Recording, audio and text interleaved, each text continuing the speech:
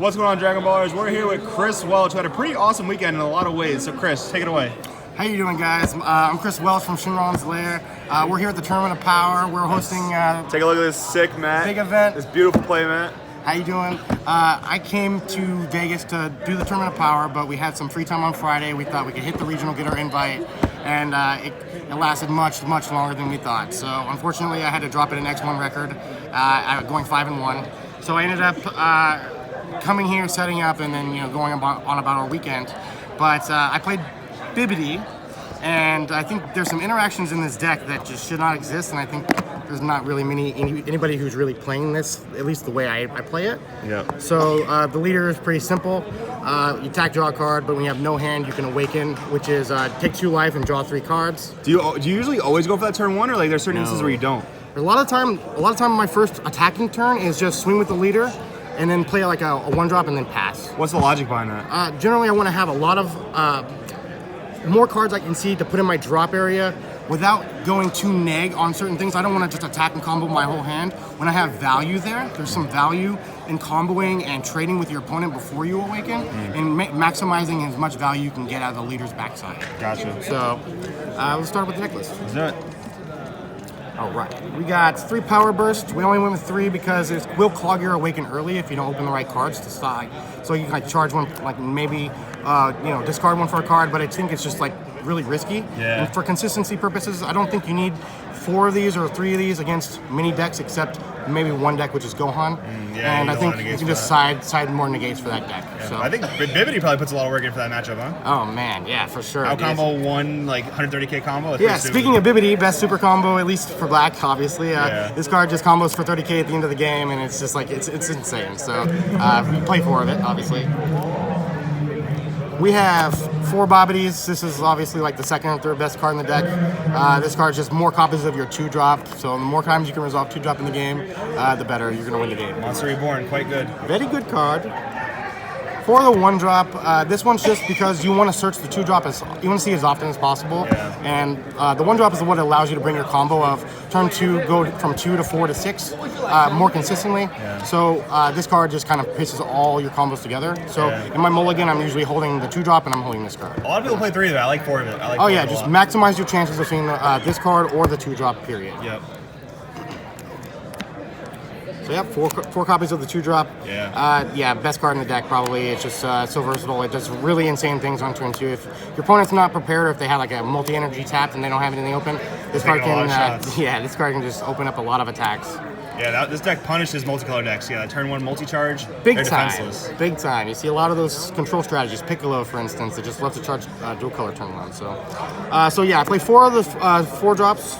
And that's essentially just because I want to see a turn 2 combo of the 2-drop into the 4-drop and into the 6-drop. So you want to max copies on this one, even though it's probably like 3rd or 4th best boo to actually go into. You need 4 copies to see it for the combo. Right. 3 of the 5-drop that gives double strike. It's an unparalleled absorption. Forgive me on the names. I only run 3 because I don't think I play this card until like maybe the end of the game, turn 3, turn 4, obviously. I think you're going to see enough of your deck by then that you can see it realistically.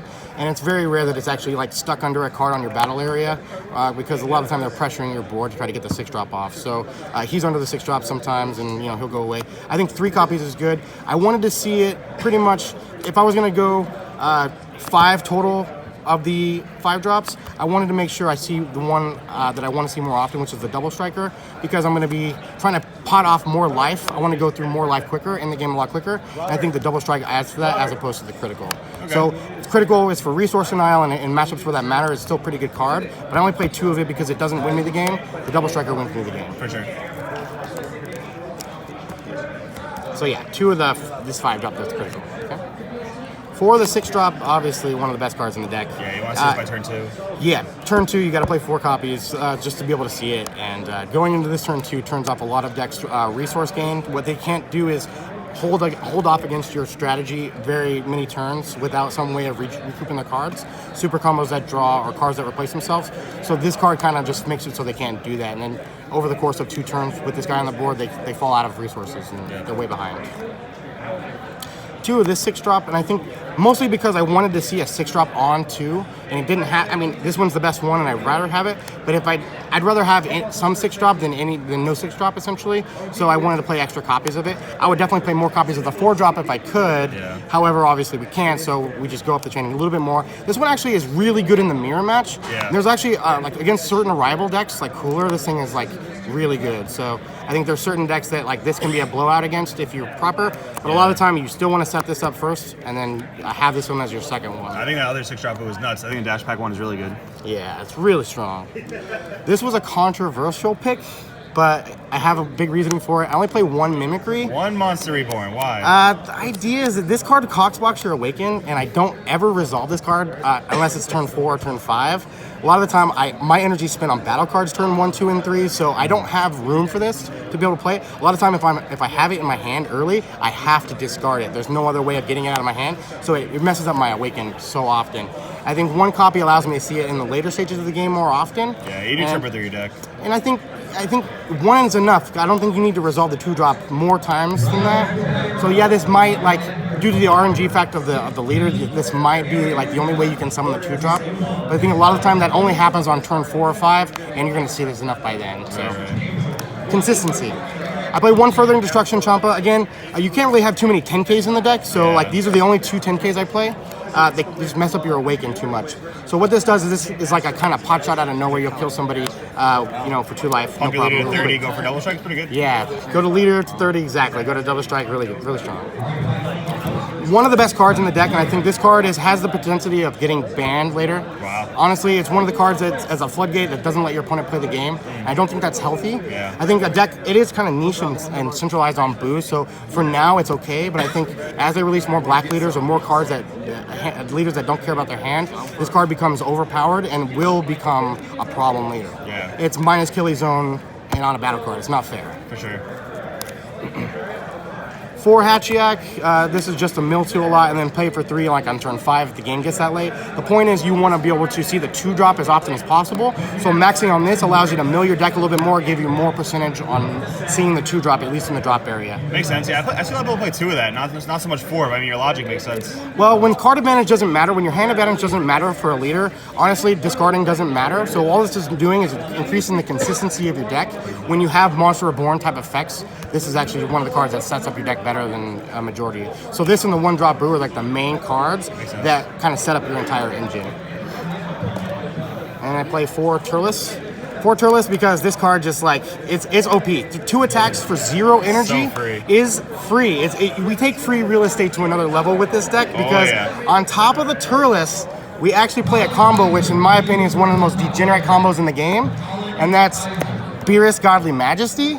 So what you do? Tell people. So what you do in this with this strategy is as early as turn 1 with the Hatchiyak, you can go into turn 1, play a Turles, attack, discard this to give him 15k or give him 5k, and then you play the Beerus because this is a battle card on the board, and now you have 3 attacks for 15k for 0 mana. Your leader's another 15, like. Yeah, and that's just for 0 mana, not to mention your leader. And this is all you can do this as early as turn 1. So that is where a lot of these decks like Piccolo and Surge Coup, these are decks they just fall so far behind on this alone. So honestly, this is the way to play the deck. You want to play him with Bobbity, or you want to play him with Turles, and what that allows you to do is just spamming 15Ks, having way more attackers, just all the free battle cards. More resources, more free real estate. Honestly, you want to play your hand on the board and then refill your hand, as opposed to comboing away your hand and refilling your hand, because these will generate you card advantage over the course of multiple turns. Yep, this deck works in a way that like when your opponent's pitching cards, you're generating advantage.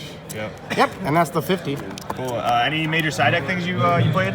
Nothing crazy. Petrification, Dabura. Obviously, there's no Dabura in the main. I don't think it's a really good card against the field. Yeah, there's certain matchups like the Mirror and stuff where you really need Dabura. Cooler, for instance, you really need Dabura. So I think you just side 4. Hope you draw into it. That's it. Other than that, Petrification maybe. The sideboard wasn't really. There's a lot. It's really open. It's whatever you feel like your meta is going to be. That's where you want to pivot towards. It's so funny. Mono Black's side deck just got neutered with the ban list, like Tian and Tao. But I mean, Right. Haru, I'm sure is a Haru staple. Haru is like one of the best cards. Yeah, exactly. Another free card. Like you can play Turles, you play Beerus, and you play Haru Haru. You can play your whole hand on the board as battle cards and pretty much not spend energy. So you can play a hatch from the drop after that. It does some pretty degenerate things post board. So. Awesome, Chris. Any final things you want to say about TOP? Man, thank you, Dalen Mack. Thank you, Shinron's Lair. Thank you for the rest of the guys. We hosted a great event this weekend. Thank you to the community for showing up and supporting. We love you guys. We really appreciate all the hard work that you guys put in, and just happy to have everybody here. Absolutely, man. Thank you for your hard work. We'll see you next Thank time. you.